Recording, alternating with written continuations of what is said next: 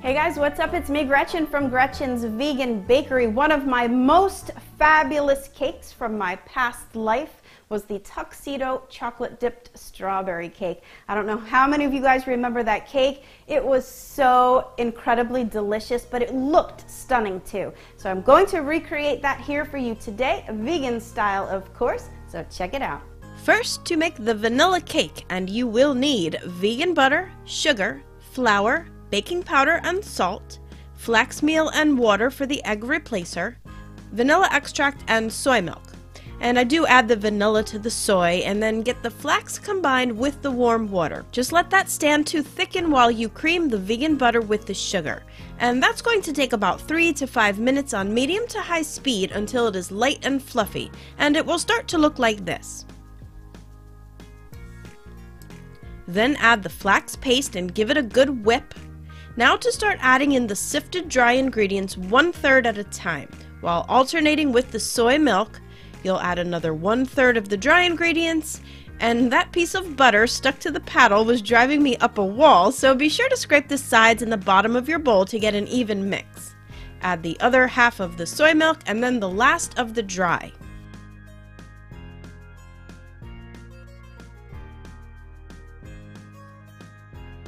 I'm baking the batter into my 1/8 sheet pans, and I do love these little pans so much. I'll leave the links below, but if you don't want to buy them, you can pour all the batter into a 1/2 sheet pan, which is 12 inches by 18 inches, and then you'll just cut your separate layers later.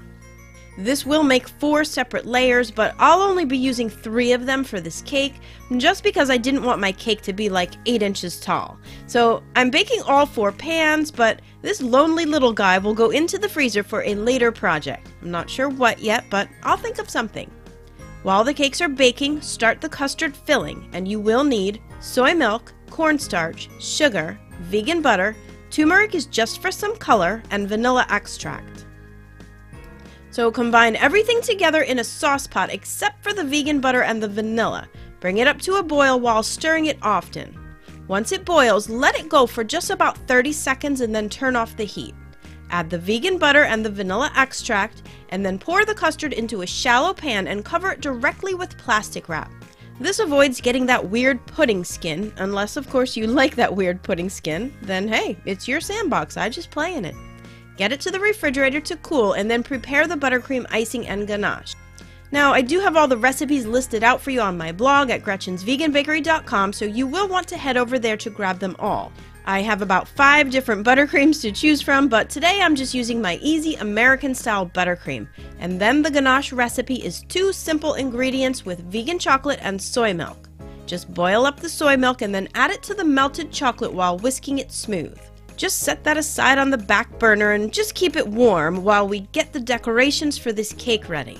And I have some melted vegan white chocolate to make the tuxedo triangles. I use a silicone mat to make sure that they come out perfectly flat and smooth, and I expect my finished cake to be about 5 inches tall when it's all filled up and iced, so I'm just measuring that out now. You will want to wait just before it sets to start cutting.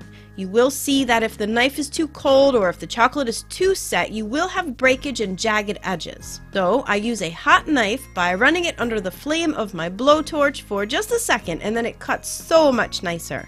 You'll get the same result by running the knife under hot water. Just be sure to dry it off before cutting through the chocolate. You can always do them again by remelting the chocolate, so don't worry if you mess up on a few of them.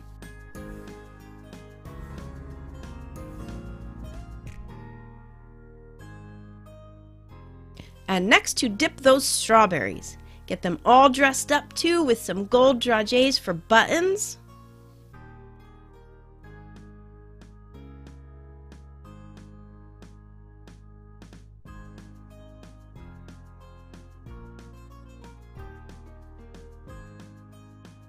And the same for the white chocolate triangles. By now, the cake should be baked and cooled, and you can start building this masterpiece.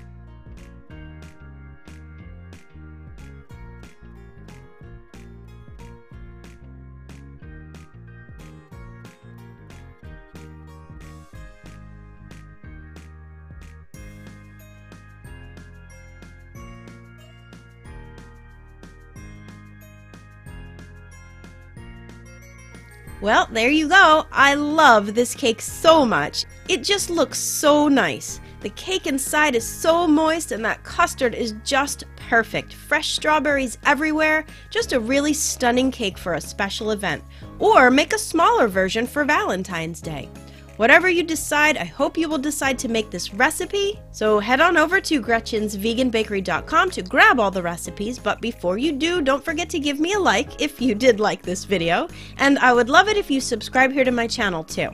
I do want to thank my patrons on Patreon as well as my pals in PayPal for the continued support to allow me to keep sharing my recipes and videos. If you think you can help for as little as $1 a month, click the links below to find out how.